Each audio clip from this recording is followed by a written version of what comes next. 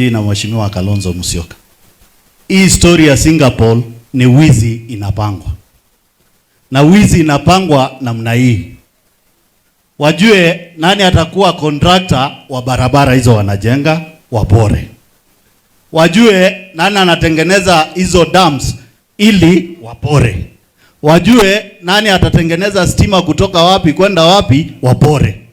Kwa hivyo story ya Singapore Kenya hii ni wizi ya kuibia wa Kenya, kwa sababu wanajua ile limit ya kuomba pesa kutoka nje imefika mwisho.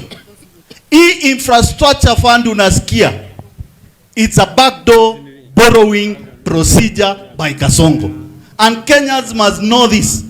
This is the worst and the biggest scam which will haunt this country forever. We must stand firm and say no to the Singapore story.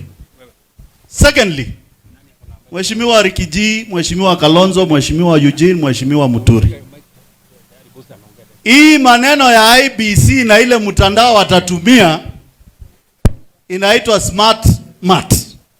Lazima tuikatae.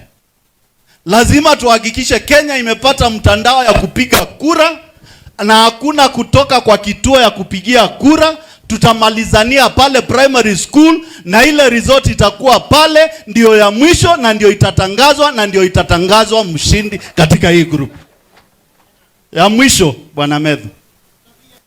Ya mwisho. Hii maneno mnasikia Kasongo anaongea anapita hivi, anaongea anapita hivi, anaongea anapita hivi, anatusi hawa viongozi. Ni kwa sababu aliambiwa peupe na Mheshimiwa Trump, just go and prepare to hand over once you are defeated.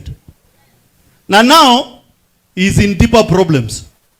Ile pesa yote iliibiwa Minnesota, na kuambia Kasongo, nyoa nywele yako na watu wako, kwa sababu Trump ataikujia hapa, na naona ukienda kama Maduro. Mwenyezi Mungu awabariki.